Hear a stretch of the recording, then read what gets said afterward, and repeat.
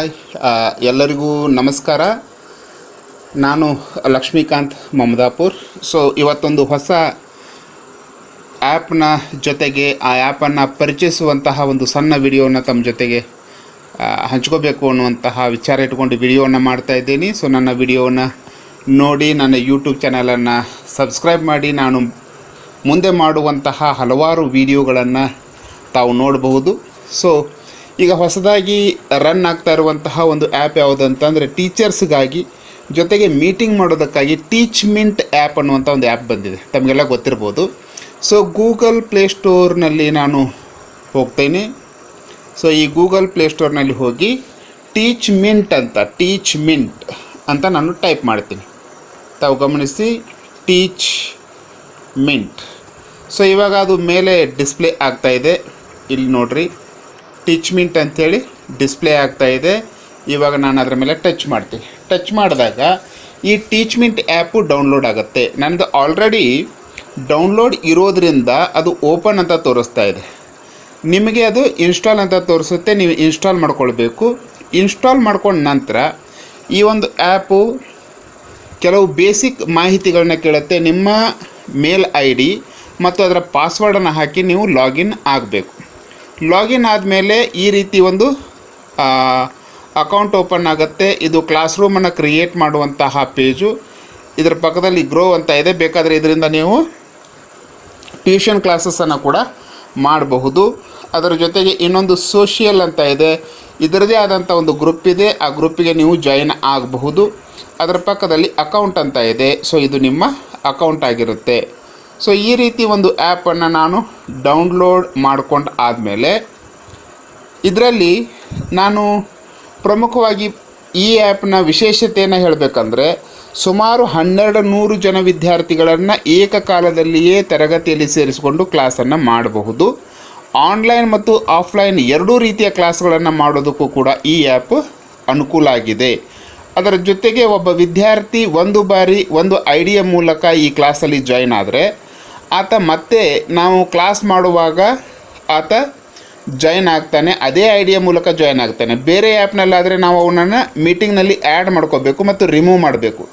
ಈ ಆ್ಯಪ್ನಲ್ಲಿ ಆ ಯಾವ ಅವಶ್ಯಕತೆಯೂ ಇರೋದಿಲ್ಲ. ಆತ ತನ್ನಿಂದ ತಾನೇ ಆ ಒಂದು ಲಿಂಕ್ ಮೇಲೆ ಕ್ಲಿಕ್ ಮಾಡೋದ್ರ ಮೂಲಕ ನೇರವಾಗಿ ಆ್ಯಡ್ ಆಗ್ತಾನೆ ಮತ್ತು ಆತ ನೇರವಾಗಿ ಹೊರಗೆ ಹೋಗ್ತಾನೆ. ಇದೊಂದು ಇಲ್ಲಿ ಪ್ಲಸ್ ಪಾಯಿಂಟ್. ಇದ್ರ ಜೊತೆಗೆ ಮಾಹಿತಿಗಳನ್ನು ಸಂಗ್ರಹಿಸಿ ಇಟ್ಟುಕೊಳ್ಳೋದಕ್ಕೆ ಅವಕಾಶ ಇದೆ.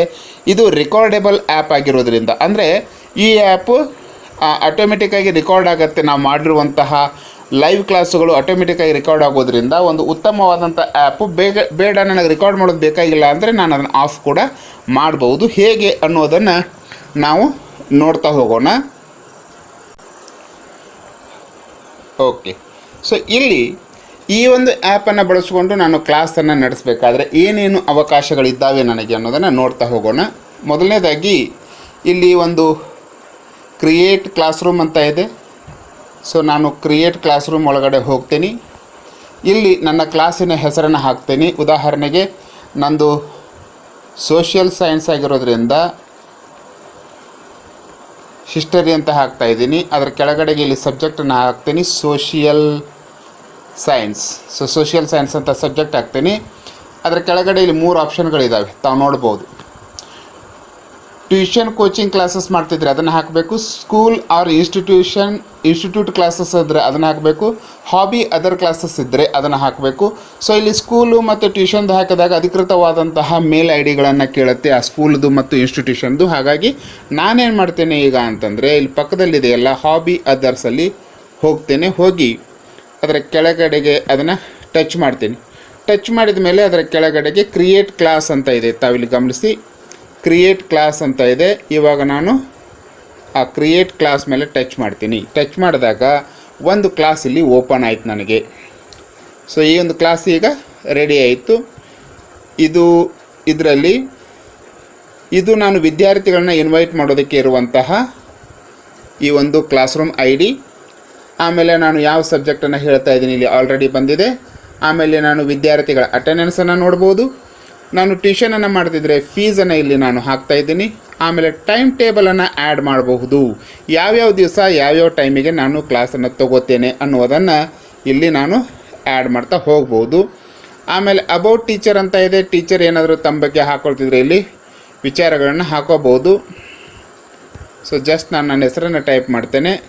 ಟೈಪ್ ಮಾಡಿದ ಮೇಲೆ ಅಬೌಟ್ ದಿಸ್ ಕ್ಲಾಸ್ ಅಂತ ಇದೆ. ಯಾವ ಕ್ಲಾಸು? ಹಿಸ್ಟ್ರಿ ಅನ್ನುವಂಥದ್ದನ್ನು ಹಾಕ್ತಾಯಿದ್ದೀನಿ. ಹಾಕಿದ ಮೇಲೆ ಇಲ್ಲಿ ಕೆಳಗಡೆಗೆ ಒಂದು ಸ್ಟೇಟ್ಸ್ ಅಂತ ಇದೆ. ಸೊ ಸ್ಟೇಟ್ಸ್ ಅಂದರೆ ಏನಿಲ್ಲ, ಅಲ್ಲಿರುವಂಥ ವಿದ್ಯಾರ್ಥಿಗಳ ಬಗ್ಗೆ ಮಾಹಿತಿ ಇರುತ್ತೆ. ಅದನ್ನು ಆಮೇಲೆ ನಾವು ನೋಡ್ಬೋದು.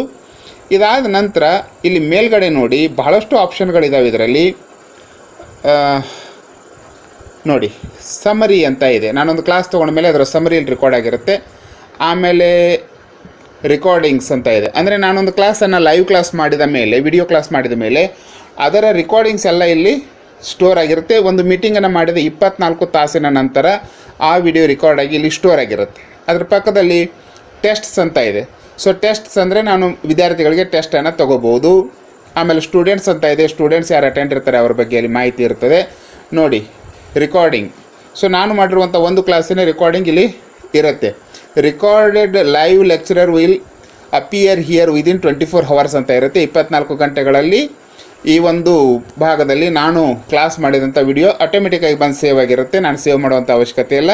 ನೆಕ್ಸ್ಟ್ ಟೆಸ್ಟ್ ಅಂತ ಇದೆ. ಟೆಸ್ಟ್ ಮೇಲೆ ಹೋದಾಗ ಇಲ್ಲಿ ಕ್ರಿಯೇಟೆಡ್ ಟೆಸ್ಟ್ ಅಂತ ಇದೆ. ಕ್ರಿಯೇಟೆಡ್ ಟೆಸ್ಟ್ ಮೇಲೆ ನಾನು ಕ್ಲಿಕ್ ಮಾಡಿದಾಗ ನಂತರ ಇಲ್ಲಿ ನಾನು ಟೆಸ್ಟ್ ಮಾಡೋದಕ್ಕೆ ಅವಕಾಶಗಳಿದ್ದಾವೆ. ಆದ ನಂತರ ಸ್ಟೂಡೆಂಟ್ಸ್ ಅಂತ ಇದೆ. ಎನ್ರೋಲ್ಡ್ ಸ್ಟೂಡೆಂಟ್ಸ್ ಅಂತ ಬರುತ್ತೆ. ನಾನು ಇನ್ನೂ ಯಾವ ಸ್ಟೂಡೆಂಟನ್ನು ಎನ್ರೋಲ್ ಮಾಡ್ಕೊಂಡಿಲ್ಲ, ಹಾಗಾಗಿ ಎನ್ರೋಲ್ ಸ್ಟೂಡೆಂಟಲ್ಲಿ ಯಾರೂ ಕೂಡ ಇಲ್ಲ. ಸ್ಟೂಡೆಂಟನ್ನು ನಾನಿಲ್ಲಿ ಎನ್ರೋಲ್ ಮಾಡ್ಕೊಳ್ಬೇಕಾಗತ್ತೆ. ಅದ್ರ ಪಕ್ಕದಲ್ಲಿ ಚಾಟ್ ಅಂತ ಇದೆ. ಸೊ ಚಾಟ್ ಏನಿಲ್ಲ, ನಾವು ಮಕ್ಕಳಿಗೆ ಕಳಿಸಿದಂತಹ ಮೆಸೇಜ್ಗಳು ಮತ್ತು ಮಕ್ಕಳಿಗೆ ನಮಗೆ ಕೇಳಿದಂಥ ಪ್ರಶ್ನೆಗಳು ಇಲ್ಲಿರ್ತವೆ. ಇದರ ಜೊತೆಗೆ ಒಂದು ನೋಟಿಸ್ ಬೋರ್ಡ್ ಅಂತ ಇದೆ. ನಾನೇನಾದರೂ ಮುಂದೆ ಮಾಡಬಹುದಾದಂತಹ ಕೆಲಸಗಳ ಬಗ್ಗೆ ವಿದ್ಯಾರ್ಥಿಗಳಿಗೆ ನೋಟಿಸನ್ನು ಕಳಿಸೋದಾದರೆ ಇಲ್ಲಿ ನೋಟಿಸ್ ಬೋರ್ಡ್ ಇದೆ. ಸೊ ನೋಟಿಸ್ ಬೋರ್ಡ್ ಪಕ್ಕದಲ್ಲಿ ಅಸೈನ್ಮೆಂಟ್ಸ್ ಅಂತ ಇದೆ. ನಾನು ಮಕ್ಕಳಿಗೆ ಯಾವುದಾದ್ರೂ ಒಂದು ಕೆಲಸವನ್ನು ಕೊಡಬಹುದಾದರೆ ಇಲ್ಲಿ ಅಸೈನ್ಮೆಂಟನ್ನು ಕೊಡಬೇಕು. ಇನ್ವೈಟ್ ಸ್ಟೂಡೆಂಟ್ ಅಂತ ಇದೆ. ಕೆಳಗೆ ತಾವು ಗಮನಿಸಿ, ವಿದ್ಯಾರ್ಥಿಗಳನ್ನು ಆ್ಯಡ್ ಮಾಡ್ಕೊಂಡು ನಂತರದಲ್ಲಿ ಎಲ್ಲ ಒಂದು ಆ್ಯಕ್ಟಿವಿಟಿಗಳನ್ನ ಮಾಡೋದಕ್ಕೆ ನನಗೆ ಅವಕಾಶ ಇರುತ್ತೆ. ಅದರ ಜೊತೆಗೆ ಸ್ಟಡಿ ಮೆಟೀರಿಯಲ್ ಅಂತ ಇದೆ. ಸ್ಟಡಿ ಮೆಟೀರಿಯಲಲ್ಲಿ ನಾನು ನನ್ನ ಮೊಬೈಲ್ನಲ್ಲಿರುವಂಥ ಡಾಕ್ಯುಮೆಂಟ್ಗಳನ್ನು ಶೇರ್ ಮಾಡ್ಕೋಬೋದು. ನನ್ನ ಮೊಬೈಲ್ನಲ್ಲಿರುವಂಥ ಇಮೇಜ್ಗಳನ್ನ ಬಳಸ್ಕೊಂಡು ನಾನು ಪಾಠ ಮಾಡ್ಬೋದು. ಜೊತೆಗೆ ಯೂಟ್ಯೂಬ್ನಲ್ಲಿರುವಂತಹ ವಿಡಿಯೋಗಳನ್ನು ಕೂಡ ಮಕ್ಕಳಿಗೆ ಇಲ್ಲಿ ನಾನು ಅವುಗಳ ಲಿಂಕನ್ನು ಶೇರ್ ಮಾಡ್ಕೊಳ್ಳೋದ್ರ ಮೂಲಕ ಅವರಿಗೆ ಸ್ಟಡಿ ಮೆಟೀರಿಯಲನ್ನು ಒದಗಿಸ್ಬೋದು. ಹೀಗೆ ಹಲವಾರು ಆಪ್ಷನ್ಗಳನ್ನು ಒಳಗೊಂಡಿರುವಂಥ ಒಂದು ಆ್ಯಪ್ ಇದು. ಈ ಆ್ಯಪನ್ನು ತುಂಬ ಚೆನ್ನಾಗಿ ಶಿಕ್ಷಕರು ಬಳಸಿಕೊಳ್ಬೋದು. ಸೊ ಇವಾಗ ನಾನು ಇಲ್ಲಿರುವಂಥ ಲಿಂಕ್ ಏನಿದೆಯಲ್ಲ ಇದನ್ನು ಕಾಪಿ ಮಾಡ್ಕೋತೀನಿ. ಸೊ ಕೆಳಗಡೆ ಬಂತು, ತಾವು ಗಮನಿಸಿ. ಸೊ ಇಲ್ಲಿ ನಾನು ಟಚ್ ಮಾಡಿದಾಗ, ಈ ಭಾಗದಲ್ಲಿ ಟಚ್ ಮಾಡಿದಾಗ ಕಾಪಿ ಅಂತ ಬರ್ತದೆ. ಲಿಂಕ್ ಕಾಪಿ ಆಯಿತು ಅಂತ ಕಾಪಿ ಮಾಡಿಕೊಂಡು ನಾನು ಡೈರೆಕ್ಟಾಗಿ ಹೊರಗಡೆ ಹೋಗಿ ಯಾವುದೋ ಒಂದು ಆ್ಯಪ್ ಮೂಲಕ ಮಕ್ಕಳಿಗೆ ನಾನು ಅದನ್ನು ಶೇರ್ ಮಾಡ್ಬೋದು. ಇಲ್ಲ ಅಂತಂದರೆ ಇಲ್ಲಿ ಇನ್ವೈಟ್ ಸ್ಟೂಡೆಂಟ್ ಇದೆಯಲ್ಲ, ಅಲ್ಲಿ ಹೋಗಿ ಕೂಡ ನಾನು ಆ ಒಂದು ಲಿಂಕನ್ನು ಶೇರ್ ಮಾಡ್ಬೋದು. ಅದ್ರ ಮೇಲೆ ಟಚ್ ಮಾಡಿದಾಗ ಆ್ಯಪ್ಗಳು ಓಪನ್ ಆಗ್ತವೆ. ಇಲ್ಲಿ ಆ್ಯಪ್ನಲ್ಲಿ ಹೋಗಿ ನಾನೇನು ಮಾಡ್ಬೋದು ಅಂತಂದ್ರೆ ಕಾಮನ್ ಆಗಿ ನಾವು ಈಗ ಶೇರ್ ಮಾಡ್ತೀವಿ, ಉಳಿದ ಲಿಂಕ್ಗಳನ್ನು ಶೇರ್ ಮಾಡ್ತೀವಿ, ಅದೇ ರೀತಿ ಲಿಂಕನ್ನು ಶೇರ್ ಮಾಡ್ಬೋದು. ಆ ಲಿಂಕನ್ನು ಬಳಸಿಕೊಂಡು ವಿದ್ಯಾರ್ಥಿಗಳು ಇದರಲ್ಲಿ ಜಾಯ್ನ್ ಆಗ್ತಾರೆ. ಸೊ ಈಗ ವಿದ್ಯಾರ್ಥಿಗಳು ಜಾಯ್ನ್ ಆಗಿದ್ದಾರೆ ಅಂಥೇಳಿ ಅಂದ್ಕೊಳ್ಳೋಣ. ವಿದ್ಯಾರ್ಥಿಗಳು ಜಾಯ್ನ್ ಆದ ನಂತರ ನಾವು ಇಲ್ಲಿ ಕೆಳಗಡೆ ತಾವು ಗಮನಿಸಿ ಲೈವ್ ಕ್ಲಾಸ್ ಅಂತ ಇದೆ. ನಾನೀಗ ಆ ಲೈವ್ ಕ್ಲಾಸ್ ಮೇಲೆ ಟಚ್ ಮಾಡ್ತಾ ಇದ್ದೀನಿ. ಟಚ್ ಮಾಡಿದಾಗ ವಿಡಿಯೋ ಆನ್ ಆಗುತ್ತೆ. ಲೈವ್ ಕ್ಲಾಸಿಗೆ ನಾನು ಹೋಗ್ಬೋದು ಇವಾಗ. ಓಕೆ, ನೋಡಿ ಲೈವ್ ಕ್ಲಾಸಲ್ಲಿ ಏನೇನು ಆಪ್ಷನ್ ಇದೆ ನೋಡೋಣ. ಒಂದು ಮೈಕ್ ಇದೆ, ಇನ್ನೊಂದು ವಿಡಿಯೋ, ಇಲ್ಲಿ ರೆಕಾರ್ಡ್ ಆಗ್ತಾ ಇರುವಂಥ ಒಂದು ಬಟನ್ ಇದೆ. ಜೊತೆಗೆ ಈ ಒಂದು ನಾನು ಸ್ಕ್ರೀನನ್ನು ಎರಡು ರೀತಿಯಲ್ಲಿ ಬಳಸ್ಬೋದು. ಈಗ ಆಲ್ರೆಡಿ ಇದು ಡಿಫಾಲ್ಟಾಗಿ ಏನಿರುತ್ತೆ ಅಂದರೆ ಪೋರ್ಟ್ರೇಟ್ ಇರುತ್ತೆ. ಇದನ್ನು ನಾನು ಲ್ಯಾಂಡ್ಸ್ಕೇಪ್ ಕೂಡ ಮಾಡ್ಕೊಳ್ಬೋದು. ಅದಾದ ನಂತರದಲ್ಲಿ ನಾನು ಗೋ ಲೈವ್ ಅಂತ ಕೊಟ್ಟ ಮೇಲೆ ಇದು ಲೈವ್ ಮೀಟಿಂಗ್ ಸ್ಟಾರ್ಟ್ ಆಗುತ್ತೆ. ಈಗಿನ ಮೀಟಿಂಗ್ ಸ್ಟಾರ್ಟ್ ಆಗಿಲ್ಲ, ಜಸ್ಟ್ ನಿಮಗೆ ಆ್ಯಪನ್ನು ಪರಿಚಯ ಮಾಡ್ತಾ ಇದ್ದೀನಿ. ಸೊ ಇಲ್ಲಿ ಗೋ ಲೈವ್ ಅಂತಿದೆ. ಗೋ ಲೈವ್ ಮೇಲೆ ಟಚ್ ಮಾಡಿದಾಗ ನಾನು ಈ ಮೀಟಿಂಗಲ್ಲಿ ಲೈವ್ ಆಗಿ ಹೋಗಿ. ಸೊ ಇವಾಗ ಲೈವ್ ಸ್ಟಾರ್ಟ್ ಆಯಿತು. ಲೈವ್ ಕ್ಲಾಸ್ ಈಗ ಸ್ಟಾರ್ಟ್ ಆಯಿತು. ಮಕ್ಕಳು ಅಟೆಂಡ್ ಇರ್ತಾರೆ. ಲೈವ್ ಕ್ಲಾಸ್ ಸ್ಟಾರ್ಟ್ ಆಯಿತು. ಸೊ ಇಲ್ಲಿ ಏನೇನು ಆಪ್ಷನ್ ಇದ್ದಾವೆ ಅಂತ ನೋಡೋದಾದರೆ ಇಲ್ಲಿ ಚಾಟ್ ಅಂತ ಇದೆ. ಇಲ್ಲಿ ಪಕ್ಕದಲ್ಲಿ ಮೀಟಿಂಗ್ ಎಂಡ್ ಮಾಡೋದಕ್ಕೆ ಒಂದು ಕೆಂಪನೆಯ ಬಟನ್ ಇದೆ. ಈ ಭಾಗದಲ್ಲಿ ತಾವು ಆಮೇಲೆ ಗಮನಿಸಿ ಅದನ್ನು, ಅಂದರೆ ಮೀಟಿಂಗನ್ನು ಮುಗಿಸೋದಕ್ಕೆ ಇಲ್ಲಿ ಎಂಡ್ ಅಂತ ಇದೆ. ನೀವು ಆಟೋಮೆಟಿಕ್ ಆಗಿ ಇದು ಚೇಂಜ್ ಆಗ್ಬೇಕಾದ್ರೆ ಇಲ್ಲಿ ಪಕ್ಕದಲ್ಲಿ ಇದೆಯಲ್ಲ ಬಟನ್ನು, ಅದರ ಮೇಲೆ ನೀವು ಟಚ್ ಮಾಡಿದ್ರೆ ಆಟೋಮೆಟಿಕ್ ಆಗಿ ಆ ಒಂದು ಮೊಬೈಲ್ನ ಪೋರ್ಟ್ರೇಟ್ ಮತ್ತು ಲ್ಯಾಂಡ್ಸ್ಕೇಪ್ ಏನಿದೆ ಚೇಂಜ್ ಆಗುತ್ತೆ. ಅದಾದ ನಂತರದಲ್ಲಿ ಮತ್ತೆ ನಾನು ಸ್ಟ್ರೇಟ್ ಆಗಿ ಬರ್ತೀನಿ. ಅದಾದ ನಂತರ ಇಲ್ಲಿ ಕೆಳಗಡೆ ಕೆಲವೊಂದಿಷ್ಟು ಆಪ್ಷನ್ಸ್ ಇದಾವೆ, ತಮಗೆ ಆ ಆಪ್ಷನ್ಗಳನ್ನು ನಾನೀಗ ತೋರಿಸ್ತೀನಿ ನೋಡಿ. ಸೊ ಇಲ್ಲಿ ಆಪ್ಷನ್ಸ್ ಅಂತ ಇದೆ, ಅದ್ರ ಪಕ್ಕದಲ್ಲಿ ಮೈಕ್ ಇದೆ, ಇನ್ನೊಂದು ಮೈಕ್ ಅಂತ ಇದೆ, ಮೈಕ್ ಪಕ್ಕದಲ್ಲಿ ಸ್ಪೇರ್ ಅಂತ ಇದೆ, ವಿಡಿಯೋ ಇದೆ, ಅದರ ಕೆಳಗೆ ಅದರ ಪಕ್ಕದಲ್ಲಿ ಇನ್ನೊಂದು ಆಪ್ಷನ್ ಇದೆ. ಅದ್ಯಾವುದು ಅಂತಾರೆ, ನಾನು ಕ್ಯಾಮ್ರಾವನ್ನ ಎರಡೂ ಕಡೆಗೆ ಅಂದ್ರೆ ಬ್ಯಾಕ್ ಕ್ಯಾಮ್ರಾನು ಬಳಸ್ಕೊಂಡು ನಾನು ಪಾಠವನ್ನ ಮಾಡ್ಬೋದು. ಬೋರ್ಡ್ ಮೇಲೆ ಏನೋ ಬರೆದು ತೋರಿಸ್ತಾ ಇದ್ದೀನಿ ಅಂತಂದ್ರೆ ಅದನ್ನ ನಾನು ತೋರಿಸೋದಕ್ಕೆ ಇಲ್ಲಿ ಸಾಧ್ಯತೆ ಇದೆ, ಹಾಗಾಗಿ ಬ್ಯಾಕ್ ಕ್ಯಾಮ್ರಾವನ್ನ ನಾನು ಯೂಸ್ ಮಾಡ್ಕೊಳ್ಬಹುದು. ಸೊ ಈ ರೀತಿ ಇರುವಂತ ಆಪ್ಷನ್ ಅಲ್ಲಿ ನಾನು ಈಗ ಸದ್ಯಕ್ಕೆ ತಮಗೆ ಇಲ್ಲಿ ಒಂದು ಆಪ್ಷನ್ ಅನ್ನ ತೋರಿಸೋದಕ್ಕೆ ಇಷ್ಟಪಡ್ತೀನಿ. ಅದ್ಯಾವುದು ಅಂತಂದ್ರೆ ಸ್ಕ್ರೀನ್ ಶೇರ್. ಇಲ್ಲಿ ನೋಡಿ ಶೇರ್ ಅಂತ ಇದೆ, ಈಗ ನಾನು ಅದ್ರ ಮೇಲೆ ಟಚ್ ಮಾಡ್ತೀನಿ. ಶೇರ್ ಅಂತ ಹೋದ್ಮೇಲೆ ಇಲ್ಲಿ ಕೆಲವೊಂದಿಷ್ಟು ಆಪ್ಷನ್ಸ್ ಬರ್ತವೆ. ಸ್ಕ್ರೀನ್ ಶೇರ್ ಅಂದ್ರೆ ನಾನು ನನ್ನ ಮೊಬೈಲ್ ಸ್ಕ್ರೀನ್ ಅನ್ನ ಶೇರ್ ಮಾಡಬಹುದು. ಶೇರ್ ಫೋಟೋ ಅಂದ್ರೆ ನನ್ನ ಮೊಬೈಲ್ ಇರುವಂತ ಯಾವುದೇ ಒಂದು ಫೋಟೋವನ್ನ ಬಳಸಿ ನಾನು ಪಾಠ ಮಾಡಬಹುದು. ಶೇರ್ PDF ಅಂತ ಇದೆ, ಒಂದು PDF ನನ್ನಲ್ಲಿ ಇದ್ರೆ ಆ PDF ಅನ್ನ ಬಳಸ್ಕೊಂಡು ನಾನು ಪಾಠ ಮಾಡಬಹುದು. ಶೇರ್ ವೈಟ್ ಬೋರ್ಡ್ ಅಂತ ಇದೆ. ಸೊ ಶೇರ್ ವೈಟ್ ಬೋರ್ಡ್ ಅಂತಂದ್ರೆ ವೈಟ್ ಬೋರ್ಡ್ ಬರುತ್ತೆ, ಆ ವೈಟ್ ಬೋರ್ಡ್ ಮೇಲೆ ನಾನು ಪಾಠವನ್ನ ಮಾಡಬಹುದು. ಈಗ ಸದ್ಯಕ್ಕೆ ನಾನು ಶೇರ್ ವೈಟ್ ಬೋರ್ಡ್ ಅಲ್ಲಿ ಹೋಗ್ತಾ ಇದ್ದೀನಿ. ಶೇರ್ ವೈಟ್ ಬೋರ್ಡ್ ಅಲ್ಲಿ ಹೋದಾಗ ನನಗೆ ಕೆಲವು ಆಪ್ಷನ್ಗಳು ಬರ್ತಾವೆ. ಇಲ್ಲಿ ನೋಡಿ, ಇಲ್ಲಿ ಪೆನ್ ಇದೆ, ಇಲ್ಲಿ ಹೈಲೈಟರ್ ಇದೆ, ಆಮೇಲೆ ಇಲ್ಲಿ ಎರೇಸರ್ ಇದೆ, ಇಲ್ಲಿ ಟೆಕ್ಸ್ಟ್ ಮಾಡಬಹುದು, ಅದ್ರ ಜೊತೆಗೆ ಮೋರ್ ಅಂತ ಆಪ್ಷನ್ ಇದೆ.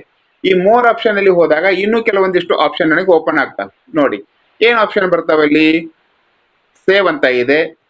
ಸೊ ಇದನ್ನ ನಾನು ಈ ಬೋರ್ಡ್ ಮೇಲೆ ಮಾಡಿರುವಂತ ವರ್ಕ್ ಅನ್ನ ಸೇವ್ ಮಾಡಬಹುದು. ಆಮೇಲೆ ಲೈನ್ ವಿಡ್ತ್, ನಾನು ಬರೆಯುವಂತಹ ಒಂದು ಏನು ಅಕ್ಷರ ಇದೆ ಅದರ ದಪ್ಪದ ಬಗ್ಗೆ ಇಲ್ಲಿ ಮಾಡ್ಕೊಳ್ಬಹುದು. ಅದ್ರ ಜೊತೆಗೆ ಅದಕ್ಕೆ ಬೇಕಾದಂತ ಕಲರ್ಸ್ ಅನ್ನ ಮಾಡ್ಕೋಬಹುದು. ಅದ್ರ ಪಕ್ಕದಲ್ಲಿ ಸೇಪ್ಸ್ ಇದೆ, ಮ್ಯಾಥ್ಸ್ ಟೀಚರ್ಸಿಗೆ, ಸೈನ್ಸ್ ಟೀಚರ್ಸಿಗೆ ಯೂಸ್ ಆಗುವಂತ ಸೇಪ್. ಆಮೇಲೆ ಇಲ್ಲಿ ಕ್ಲಿಯರ್ ಇದೆ, ಬರ್ದಿರೋದನ್ನ ಈ ಕ್ಲಿಯರ್ ಮೇಲೆ ನಾನು ಟಚ್ ಮಾಡಿದ್ರೆ ಅದು ಹೊರಟು ಹೋಗ್ಬಿಡತ್ತೆ. ಸೊ ಏನೇನ್ ಆಪ್ಷನ್ ಇದೆ ಅನ್ನೋದನ್ನ ಒಂದೊಂದು ನೋಡ್ತಾ ಹೋಗೋಣ. ಸೇವ್ ಅಂತಂದ್ರೆ ಓಕೆ, ನಾನು ಇಲ್ಲಿ ಮಾಡಿರುವಂತಹ ಒಂದು ಸ್ಟಡಿ ಮೆಟೀರಿಯಲ್ ಅನ್ನ ಸೇವ್ ಮಾಡಬಹುದು. ಇನ್ನು ಲೈನ್ ವಿಡ್ತ್ ಅಲ್ಲಿ ಹೋದ್ರೆ ಇದರ ದಪ್ಪವನ್ನ ನಾನು ಅಕ್ಷರದ ದಪ್ಪವನ್ನ ಹೆಚ್ಚು ಮಾಡ್ಕೋಬಹುದು. ನೋಡಿ ಈ ರೀತಿ ಇದೆ. ಇದನ್ನ ನಾನೀಗ ಲೈನ್ ವಿಡ್ತ್ ಅನ್ನ ಸ್ವಲ್ಪ ಕಡಿಮೆ ಮಾಡ್ಕೊಳ್ತೇನೆ. ಕಡಿಮೆ ಮಾಡ್ಕೊಂಡಾಗ ಲೈನ್ ಥಿನ್ ಆಯ್ತು. ಇವಾಗ ಅಂದ್ರೆ ನಾನು ಬರೆಯುವಂತ ಅಕ್ಷರದ ದಪ್ಪ ಎಷ್ಟು ಬೇಕು ಅನ್ನೋದನ್ನ ಡಿಸೈಡ್ ಮಾಡೋದಕ್ಕೆ ಇದನ್ನ ಬಳಸ್ಕೊಳ್ತೀನಿ. ಜೊತೆಗೆ ಇಲ್ಲಿ ಪಕ್ಕದಲ್ಲಿ ಕಲರ್ಸ್ ಇದೆ, ಯಾವ ಕಲರ್ ಬೇಕಾದ್ರೂ ನಾನು ಯೂಸ್ ಮಾಡ್ಕೊಳ್ಬಹುದು. ನೋಡಿ ಗ್ರೀನ್ ತಗೊಂಡೆ, ಇವಾಗ ನಾನು ಏನ್ ಮಾಡ್ತೀನಿ ಅಂದ್ರೆ ರೆಡ್ ತಗೊಳ್ತೀನಿ. ಅದ್ರ ಪಕ್ಕದಲ್ಲಿ ಮತ್ತೊಂದು ಬ್ಲ್ಯಾಕ್ ಇದೆ, ಬ್ಲ್ಯಾಕ್ ಅನ್ನ ನಾನು ಸೆಲೆಕ್ಟ್ ಮಾಡ್ಕೊಳ್ತೀನಿ, ಬ್ಲ್ಯಾಕ್ ಅನ್ನ ಬಳಸ್ಕೊಳ್ತೀನಿ. ಹೀಗೆ ನನಗೆ ಬೇಕಾದಂತ ಕಲರ್ ಅನ್ನ ತಗೊಳ್ಬಹುದು. ಆಮೇಲೆ ಇಲ್ಲಿ ಎರೇಸರ್ ಇದೆ, ಎರೇಸರ್ ತಗೊಂಡು ನಾನು ಇದನ್ನ ರಬ್ ಮಾಡ್ತೀನಿ, ಅಳಕಿಸ್ತೀನಿ. ಅದಾದ ನಂತರದಲ್ಲಿ ಶೇಪ್ ಅಂತಿದೆ. ಶೇಪ್ಗಳಲ್ಲಿ ನಾನು ರೆಕ್ಟ್ಯಾಂಗಲ್ ಅನ್ನ ತಗೊಳ್ತೀನಿ. ರೆಕ್ಟ್ಯಾಂಗಲ್ ಅನ್ನ ತಗೊಂಡು ರೆಕ್ಟ್ಯಾಂಗಲ್ ಅನ್ನ ರೆಡಿ ಮಾಡ್ತೀನಿ. ಅದರ ಜೊತೆಗೆ ನಾನು ಇಲ್ಲಿ ಏನೋ ಒಂದು ತ್ರಿಕೋನ ಮಾಡಬೇಕು ಅಂತಂದ್ರೆ ಸೊ ಒಂದ್ಸರಿ ಎಳಿತೀನಿ, 2 ಸರಿ ಎಳಿತೀನಿ, ಇದನ್ನ ತಗೊಂಡು ಬಂದು ಇಲ್ಲಿ ನಾನು ಕೂಡಿಸ್ತೀನಿ. ಸೊ ಈ ರೀತಿ ಕೂಡಿಸೋದಕ್ಕೂ ಕೂಡ ಬರುತ್ತೆ. ಅಕಸ್ಮಾತ್ ನಾನು ತಪ್ಪಿದ್ರೆ ಅದನ್ನ ಇಲ್ಲಿ ಅಂಡು ಇದೆಯಲ್ಲ, ಅಲ್ಲಿ ಹೋಗಿ ಅದನ್ನ ಏನ್ ಮಾಡ್ಬೋದು, ನಾನು ಸರಿ ಮಾಡಬಹುದು. ಇದರಲ್ಲಿ ಒಂದು ಸರ್ಕಲ್ ಅನ್ನ ನಾನು ಮಾಡಬೇಕಾಗಿದೆ ಅಂದ್ಕೊಳ್ಳೋಣ. ಸೊ ಸರ್ಕಲ್ ಅನ್ನು ಕೂಡ ಮಾಡೋದಕ್ಕೆ ಅವಕಾಶ ಇದೆ. ಈ ರೀತಿ ಆಪ್ಷನ್ ಗಳನ್ನ ಬಳಸಿಕೊಂಡು ನಾನು ಇಲ್ಲಿ ಕೆಲವೊಂದಿಷ್ಟು ಚಿತ್ರಗಳನ್ನು ಕೂಡ ತೆಗಿಬಹುದು. ಅದಕ್ಕೂ ಕೂಡ ನನಗೆ ಅವಕಾಶ ಇರ್ತದೆ. ಸೊ ಇಲ್ಲಿ ಲೈನ್ ಇದೆ, ನಾವು ಅಕ್ಷಾಂಶ ರೇಖಾಂಶ, ಭಾರತದ ನಕ್ಷೆಯಲ್ಲಿ ಬರುವಂತಹ ಅಕ್ಷಾಂಶ ರೇಖಾಂಶಗಳ ಬಗ್ಗೆ ಮಾಡುವಾಗಲೂ ಕೂಡ ಇದನ್ನ ಬಳಸಿಕೊಂಡು ಮಾಡಬಹುದಾಗಿದೆ. ಇದಾದ ನಂತರ ನಾನು ಈ ಒಂದು ವೈಟ್ ಸ್ಕ್ರೀನ್ ಇಂದ ಹೊರಗೆ ಬರಬೇಕು ಅಂದ್ರೆ ಇಲ್ಲಿ ಮೂಲೆಯಲ್ಲಿ ಒಂದು ಇಂಟು ಮಾರ್ಕ್ ಇದೆ, ತಾವು ಗಮನಿಸಿ. ಈ ಇಂಟು ಮಾರ್ಕ್ ಮೇಲೆ ಹೊಡೆದ್ರೆ ಸ್ಕ್ರೀನ್ ಶೇರಿಂಗ್ ಈಗ ಕ್ಲೋಸ್ ಆಯ್ತು, ಸ್ಕ್ರೀನ್ ಶೇರಿಂಗ್ ಮುಗೀತು. ಮುಗಿದ್ಮೇಲೆ ಈ ಮೀಟಿಂಗ್ ಅನ್ನ ಮುಗಿಸ್ಬೇಕು ನಾನು ಅಂತಂದ್ರೆ ಇಲ್ಲಿ ಒಂದು ರೆಡ್ ಬಟನ್ ಇದೆ ನೋಡಿ. ಸೊ ಆ ರೆಡ್ ಬಟನ್ ಮೇಲೆ ನಾನು ಟಚ್ ಮಾಡಿದ್ರೆ ಈ ಮೀಟಿಂಗ್ ಕ್ಲೋಸ್ ಆಗುತ್ತೆ. ಸೊ ಅದನ್ನು ಕೂಡ ನಾವು ಗಮನಿಸ್ಬೇಕಿಲ್ಲಿ. ಮೀಟಿಂಗ್ ನಿಂದ ಇವಾಗ ಹೊರಗೆ ಬರಬೇಕು ಅಂದ್ರೆ ನಾನು ಹೊರಗೆ ಬರ್ಬೋದು, ಮೀಟಿಂಗ್ ಹೊರಗಡೆ ಬರ್ತೀನಿ. ಸೊ ಈ ರೀತಿ ಒಂದು ಕ್ಲಾಸ್ ರೂಮ್ ಅನ್ನು ಕ್ರಿಯೇಟ್ ಮಾಡಿ ನನಗೆ ಬೇಕಾದಂತಹ ಒಂದು ಕ್ಲಾಸ್ ಅನ್ನು ಇಲ್ಲಿ ನಡೆಸ್ಬೋದು. ಇದನ್ನು ನಾನು ಮೊಬೈಲಲ್ಲೂ ಮಾಡ್ಬೋದು, ಜೊತೆಗೆ ನಾನು ಇದನ್ನು ಲ್ಯಾಪ್ಟಾಪಲ್ಲೂ ಕೂಡ ಮಾಡ್ಬೋದು. ಸೊ ಲ್ಯಾಪ್ಟಾಪಲ್ಲಿ ಮಾಡುವಾಗ ನಾನು ಒಂದೇ ಇಮೇಲ್ ID ಮೂಲಕ ಲಾಗಿನ್ ಆಗೋದ್ರಿಂದ ನಾನು ಲ್ಯಾಪ್ಟಾಪ್ನಲ್ಲಿ ಮಾಡಬೇಕಾದ್ರೆ ಲ್ಯಾಪ್ಟಾಪಲ್ಲಿ ಕ್ರೋಮಲ್ಲಿ ಹೋಗಿ ಸರ್ಚ್ ಬಾರಲ್ಲಿ ಹೋಗಿ ಟೀಚ್ಮಿಂಟ್ ಅಂತ ಟೈಪ್ ಮಾಡಿ ಅದನ್ನು ಎಂಟರ್ ಹೊಡೆದ್ರೆ ಅಲ್ಲೊಂದು QR ಕೋಡ್ ಬರುತ್ತೆ. ಹೀಗೆ ಈ ಒಂದು ಟೀಚ್ಮಿಂಟ್ ಆ್ಯಪನ್ನು ಬಳಸಿಕೊಂಡು ನಾನು ತರಗತಿಯನ್ನು ನಡೆಸ್ಬೋದು ಅಂತ ಹೇಳ್ತಾ ನನ್ನ ಒಂದು ಮುಂದಿನ ವಿಡಿಯೋಗಳನ್ನು ನೋಡೋದಕ್ಕಾಗಿ ದಯವಿಟ್ಟು ನನ್ನ ಯೂಟ್ಯೂಬ್ ಚಾನಲನ್ನು ಸಬ್ಸ್ಕ್ರೈಬ್ ಮಾಡಿರಿ. ಅಲ್ಲಿ ಬರುವಂಥ ವಿಡಿಯೋಗಳನ್ನು ನೋಡಿ ಅವುಗಳನ್ನು ಶೇರ್ ಮಾಡಿ, ಲೈಕ್ ಮಾಡಿ, ಕಮೆಂಟ್ ಮಾಡಿ ಅಂತ ಹೇಳ್ತಾ ಈ ಒಂದು ವಿಡಿಯೋವನ್ನು ಮುಗಿಸ್ತಾ ಇದ್ದೇನೆ. Thank you so much. ಧನ್ಯವಾದಗಳು.